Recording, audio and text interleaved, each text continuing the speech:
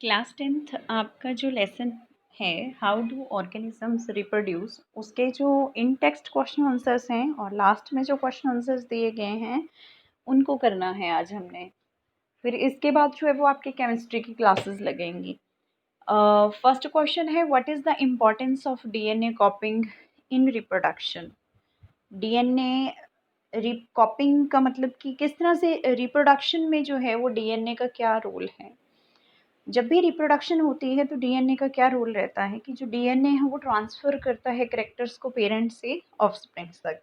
So DNA का कॉपिंग जो है वो एक इम्पॉर्टेंट प्रोसेस होता है रिप्रोडक्शन में, जिसके द्वारा ऑर्गेनिज्म जो है वो पास करता है अपने बॉडी कैरेक्टर्स को चिल्ड्रन में, और ये मेंटेन करके रखता है बॉडी डिज़ाइन फीचर्स को। जो पेरेंट्स के बॉडी डिज़ाइन फीचर्स होंगे वही जो हैं वो किसके होंगे, चिल्ड्रंस के होंगे। DNA copying also produce variations due to linkage and crossing over. DNA copying जो है वो वेरिएशंस को प्रोड्यूस करता है लिंकेज की हेल्प से और क्रॉसिंग ओवर की हेल्प से।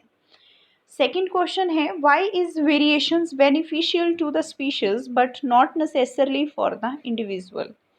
वेरिएशंस जो है वो स्पीशीज के लिए जो है वो वेरिएशंस जो है वो बेनिफिशियल क्यों है स्पीशीज़ के लिए, ठीक है, but why is variations beneficial to the species, क्यों जो है वेरिएशंस जो है वो स्पीशीज़ के लिए बेनिफिशियल हैं, but not necessarily for the individuals.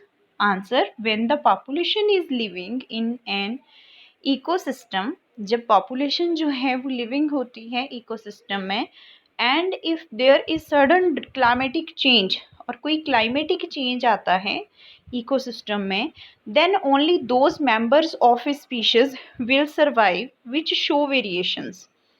तो कह रहा है कि जैसे ही क्लाइमेट में कोई चेंज आता है तो जो स्पीशीज के मेंबर्स जो हैं जो अडाप्ट कर पाते हैं वही सर्वाइव करेंगे जो कि वेरिएशंस जो हैं वो शो करते हैं। रिमेनिंग विल डाई, और बाकी जो है वो डाई हो जाएंगी। हमारे पास इकोसिस्टम है, उसमें क्लाइमेटिक चेंज अगर आता है तो कुछ स्पीशीज़ जो वेरिएशन शो करती हैं वही जो है वो सर्वाइव करेंगी and remaining will die.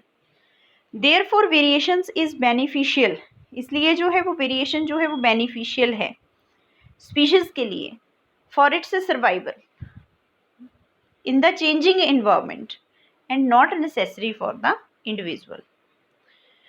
Question number 3, how does binary fission different from multiple fission? Answer है division of a parent. Binary fission के सभी पॉइंट्स देखिए पहले।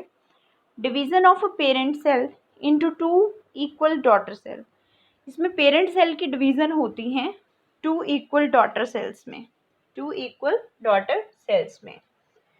एग्जाम्पल है अमीबा, पैरामीशियम एंड यूग्लिना।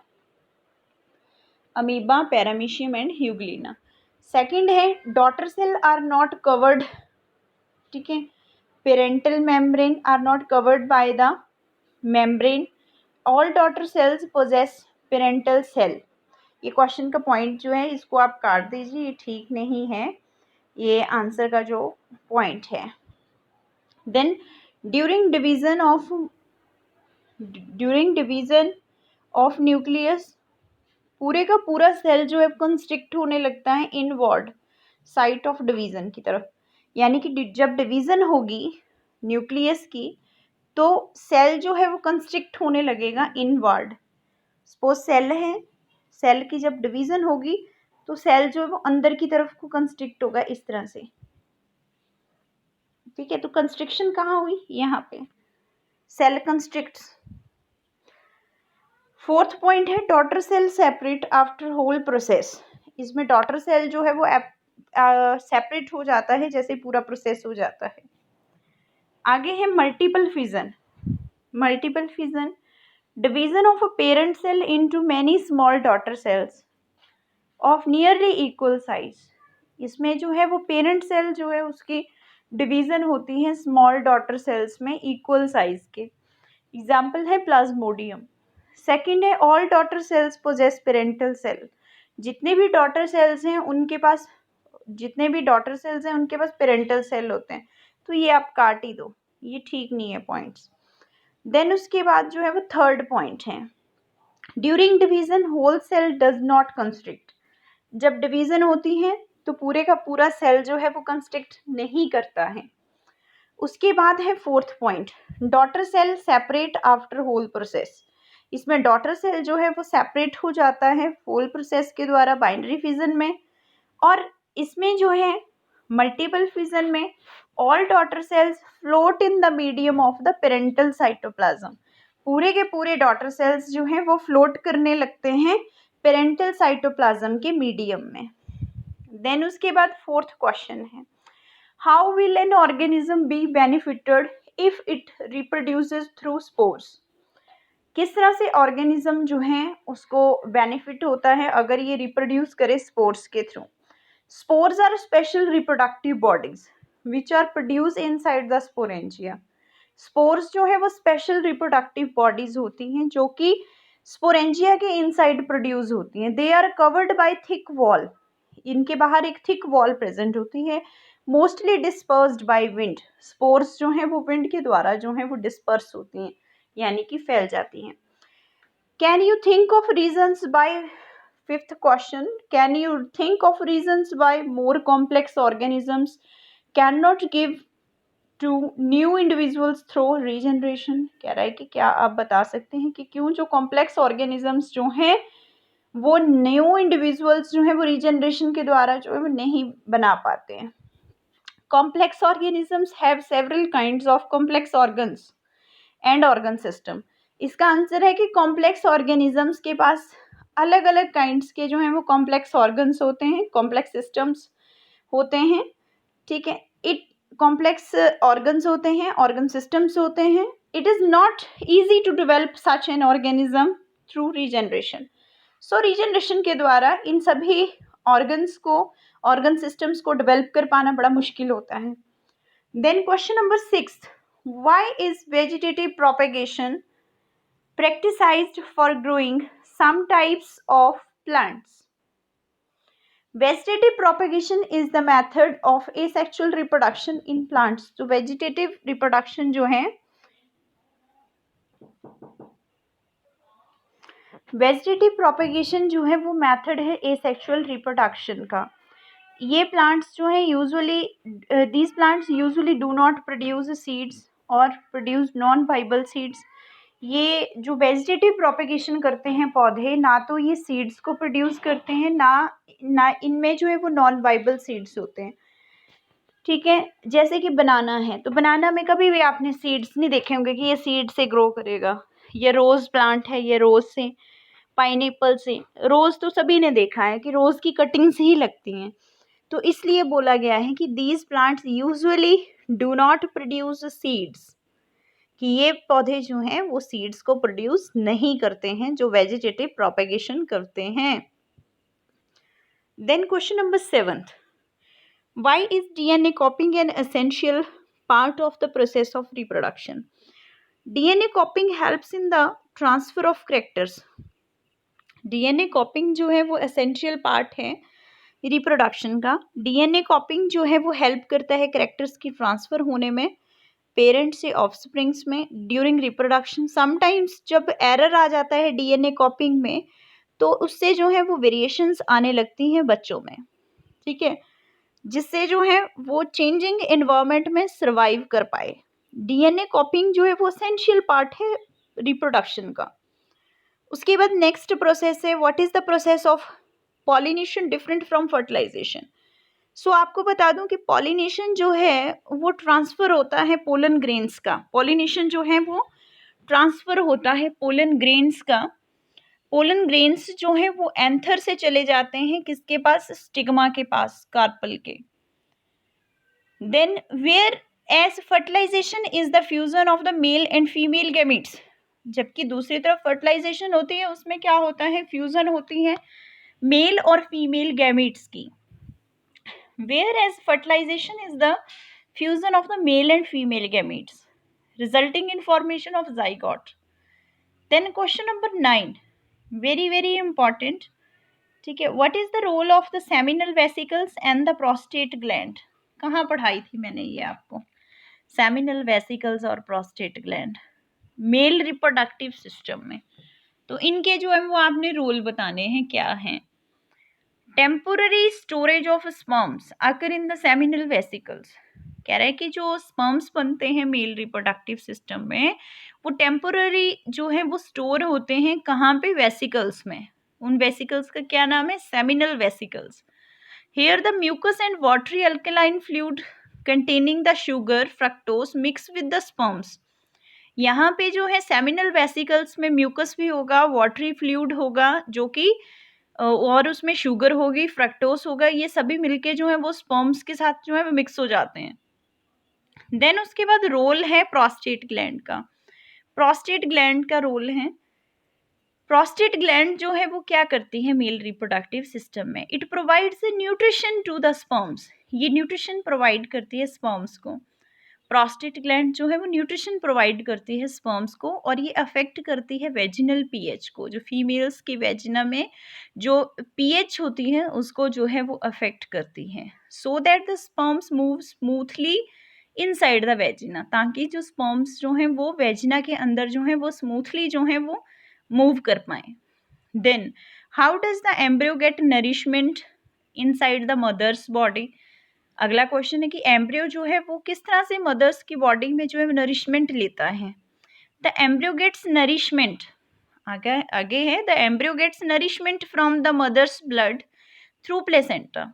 तो एक ही स्ट्रक्चर है जो कि जो मदर्स की बॉडी में जो फीटस होता है उसको न्यूट्रिशन जो प्रोवाइड होती है वो किसके थ्रू होती है, प्लेसेंटा के थ्रू होती है।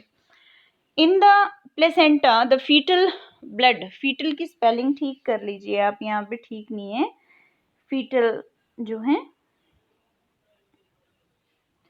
ठीक है, फीटल की स्पेलिंग ठीक कर लेना। The fetal blood comes very close to the maternal blood, closed नहीं क्लोज आएगा यहाँ पे, ठीक है, क्लोज। कह रहे हैं कि जो फीटल ब्लड होता है, एक्चुअली होता क्या है कि जब बच्चा माँ के पेट में होता है तो प्लेसेंटा जो है वो उस बच्चे को जो है वो न्यूट्रिशन प्रोवाइड करता है। तो उसी प्लेसेंटा के थ्रू माँ के पेट में जो भी जो मदर होती है, मदर के बॉडी में जो भी न्यूट्रिएंट्स होते हैं वो उसी प्लेसेंटा के थ्रू जाते हैं। और उस प्लेसेंटा में से क्या चलता है, ऐसा ब्लड जाता है, ब्लड कैरी करता है, क्योंकि ब्लड जो है वो कैरियर है न्यूट्रिशंस का। जो भी न्यूट्रिशन आप बॉडी में लेते हैं तो उससे जो भी न्यूट्रिएंट्स मिलते हैं वो जो है वो ब्लड के थ्रू जो है वो पास आउट किए जाते हैं, ठीक है जी। देन उसके बाद जो है वो if a woman is using a copper T, अगर एक वुमन जो है वो कॉपर टी यूज करती है, कॉपर टी कहाँ यूज होती है, फीमेल रिप्रोडक्टिव सिस्टम में, ठीक है। Will it help in protecting her from sexually transmitted diseases, क्या जो है इससे जो है वो सेक्चुअली ट्रांसमिटेड डिजीजेस से कोई सुरक्षा मिलेगी, नहीं। कॉपर टी का आपको फंक्शन पता होना चाहिए कि इसका फंक्शन क्या होता है, कि कॉन्ट्रासेप्शन का फंक्शन होता है इसका, प्रेगनेंसी को रोकने का। तो ऐसा तो कहीं भी नहीं पढ़ा हमने कि ये सेक्चुअली ट्रांसमिटेड डिजीजेस को जो है वो रोकती हैं, ठीक है। तो ये चीज़ें हैं कि कॉपर टी जो है वो सेक्चुअली ट्रांसमिटेड डिजीजेस को तो रोक नहीं सकती, पर ये प्रेगनेंसी को रोक देती है। नो, तो आंसर आप क्या लिखेंगे, नो, ठीक है। Using a copper T will not help in protecting from sexually transmitted diseases. Copper T prevents fertilization, copper T जो है वो रोकती है फर्टिलाइजेशन होने से, ठीक है, but the chances of infection persist, पर चांसेस जो है इन्फेक्शन के वो हो सकते हैं, ठीक है। नेक्स्ट है एक्सरसाइज के क्वेश्चन, जो इन टेक्स्ट क्वेश्चन थे वो सारे खत्म हो गए, ठीक है। अब जो है वो एक्सरसाइज के क्वेश्चन है।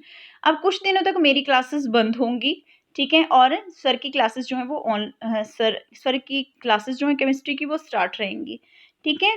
सो फर्स्ट क्वेश्चन है, asexual reproduction takes place through budding.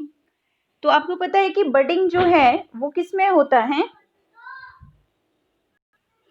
Budding जो है वो किस में होता है, यीस्ट में होता है। यीस्ट में क्या है, इस तरह से बडिंग होती है, ठीक है। सो नेक्स्ट है, which of the following is not a part of the female reproductive system in human beings. Human beings में फीमेल रिप्रोडक्टिव सिस्टम में कहीं पे भी वास डेफरेंस नहीं आता है, तो राइट आंसर क्या हुआ, वास डेफरेंस। क्वेश्चन पूछा गया था which of the following is not देखना है आपने कि is not the part of the female reproductive system. Female reproductive system का पार्ट नहीं है, तो ऑप्शंस बहुत सारी आएंगी, तो राइट आंसर वास डिफरेंस है। द एंथर कंटेन्स, एंथर में जो है वो क्या प्रेजेंट होता है, राइट आंसर है पोलन ग्रेन्स। क्या प्रेजेंट होता है, pollen grains. What are the advantages of using sexual reproduction और over asexual reproduction? तो इसमें बताना है कि सेक्सुअल रिप्रोडक्शन का क्या फायदा है और एसेक्सुअल रिप्रोडक्शन का क्या। तो सबसे ज्यादा फायदा जो है वो सेक्सुअल रिप्रोडक्शन में होता है। क्यों? क्योंकि इसमें बहुत सारी वेरिएशंस जो हैं वो प्रोड्यूस होती हैं। सो एसेक्सुअल रिप्रोडक्शन और सेक्सुअल रिप्रोडक्शन में डिफरेंस क्या है वो देखते हैं। ठीक है, सबसे पहला कि sexual reproduction involves the fusion of male and female gametes coming from the male and female parents. Sexual reproduction जो है उसमें फ्यूजन होती है मेल और फीमेल गैमेट्स की। ये मेल और फीमेल गैमेट्स जो हैं वो मेल और फीमेल पेरेंट्स से आते हैं।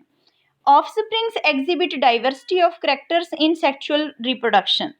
ऑफस्प्रिंग्स जो हैं वो डाइवर्सिटी को एग्जिबिट करते हैं, डाइवर्सिटी को शो करते हैं सेक्सुअल रिप्रोडक्शन में। Then meiosis during gametogenesis provides opportunity for new combination of a genes. जो मियोसिस होती हैं, ठीक है, मियोसिस जो होगी तो मियोसिस से वेरिएशंस होती हैं, तो वेरिएशंस जो है वो नेक्स्ट प्रोजेनी में जाती हैं जीन्स की हेल्प से। ठीक है, मियोसिस जो है गमीटोजेनेसिस के दौरान होती है। What is गमीटोजेनेसिस? गमीटोजेनेसिस जो है वो गमीटोजेनेसिस, यहाँ पे स्पेलिंग ठीक करना, एन के बाद भी ई आएगा, गमीटोजेनेसिस। मियोसिस जो है वो गमीटोजेनेसिस के दौरान जो गमीट्स बनते हैं उससे जो है वो बहुत सारी जीन्स जो है वो मिक्सअप होती हैं और एक प्रोमिनेंट रोल होता है इसका न्यू स्पीशीज के बनने में। ठीक है, नेक्स्ट उसके बाद है what are the functions performed by testis in human beings. Testis का क्या फंक्शन होता है ह्यूमन बीइंग्स में? Testis are the sites where male gametes sperms are made. Testis जो है वो ऐसी साइट्स होती हैं जहाँ पे मेल गैमीट्स स्पर्म्स जो हैं वो बनते हैं। The testis produce the male sex hormones testosterone. ठीक है, जो टेस्टिस हैं वो मेल सेक्स हार्मोन टेस्टोस्टेरॉन को बनाती हैं। टेस्टोस्टेरॉन, STERONE, ये लिखो आप।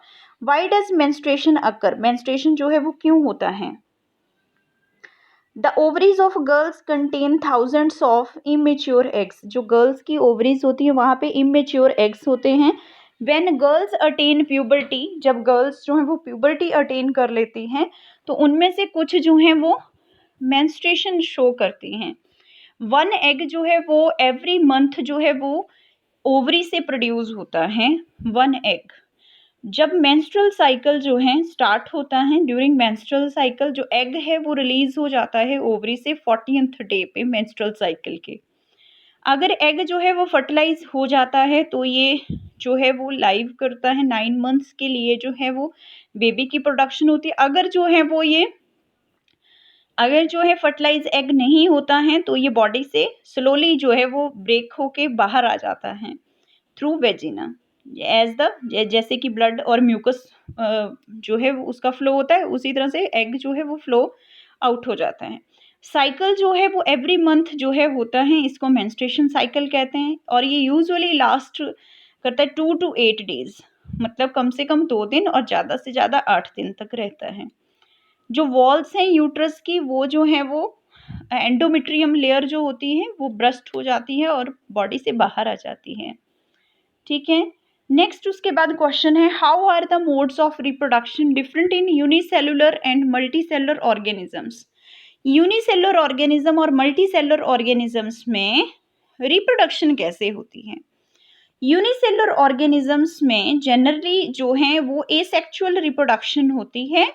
ठीक है, किसके द्वारा? फ्यूजन, फिजन लिखना है आपने यहाँ पे, फ्यूजन नहीं fission, FISSION, fission, binary fission जैसे। ठीक है, फिजन के द्वारा जो है वो इसमें एसेक्सुअल रिप्रोडक्शन में फिजन होती है, बडिंग होती है, स्पोर फॉर्मेशन होता है। They have only 1 celled body and 1 multiply easily by simple cell division. Multicellular organisms जो है वो कॉम्प्लेक्स होते हैं, ये रिप्रोड्यूस करते हैं बाय सेक्सुअल रिप्रोडक्शन। सिंपल सा एग्जांपल है, मल्टी सेलर बॉडी हमारी होती है। ठीक है, हमारी बॉडी जो है वो मल्टी सेलर है ह्यूमन बींग्स की, तो हमारे में जो है वो एसेक्सुअल रिप्रोडक्शन नहीं होता है, सेक्सुअल रिप्रोडक्शन होता है और एसेक्सुअल रिप्रोडक्शन यूनिसेलुलर ऑर्गेनिजम्स में होता है। ठीक है, उसके बाद कुछ प्लांट्स में भी एसेक्सुअल रिप्रोडक्शन होता है। ठीक है, उसके बाद क्वेश्चन है how does reproduction help in providing stability to the populations of species. Reproduction जो वो किस तरह से हेल्प करता है स्पीशीज की पॉपुलेशंस की स्टेबिलिटी में। Stability to the population of species is maintained by equalizing the birth and death ratio. Stability किसी पॉपुलेशन में स्टेबिलिटी कब रहती है, जब बर्थ रेट और डेथ रेट जो है बराबर चलते रहते हैं। अगर बर्थ हो रहा है तो डेथ भी होनी चाहिए, ठीक है। तो पॉपुलेशन में जो स्पीशीज की मेंटेनेंस है वो बराबर रहेगी। Rate of birth should be equal to the rate of death. Rate of birth should be equal to the rate of death, जिससे जो है पॉपुलेशन जो है वो हमारी स्टेबिलिटी रहेगी। उसकी पॉपुलेशन स्टेबल तभी रहेगी जब birth rate is equal to death rate होगा।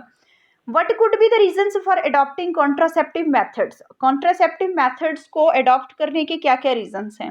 Contraceptive methods have been devised to avoid pregnancy and control childbirth.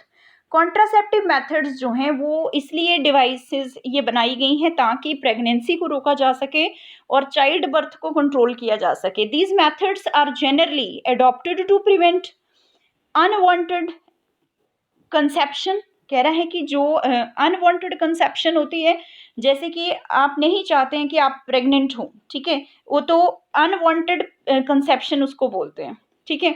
So these methods, तो इसके लिए जो है वो कॉन्ट्रासेप्टिव मेथड्स यूज किए जाते हैं। Contraceptive methods generally adopted to prevent unwanted contraception and to have a sufficient gap between the successive birth. और सक्सेसिव बर्थ जैसे कि एक बेबी हो गया, उसके बाद जो है वो नेक्स्ट बेबी के बीच में थोड़ा एज डिफरेंस रहे, उसको रोकने के लिए भी जो है वो कॉन्ट्रासेप्टिव मेथड्स जो हैं वो यूज़ किए जा सकते हैं। तो इसी के साथ आपका ये थर्ड लेसन जो है वो कंप्लीट हो गया। आपके अब 3 लेसन्स बचे हैं, ठीक है, पर सर की कुछ क्लासेस लगेंगी। मंथ आई थिंक पूरा निकल जाएगा ये, तो जब भी सर का कंप्लीट हो जाएगा तो उनमें से जो है वो उसके बाद बायोलॉजी की क्लास स्टार्ट कर देंगे। थैंक यू सो मच बेटा, अपना काम ठीक ढंग से कर लेना सभी, और यहाँ तक जो है वो लास्ट क्वेश्चन तक चेक कर लूँगी सबका। बाय।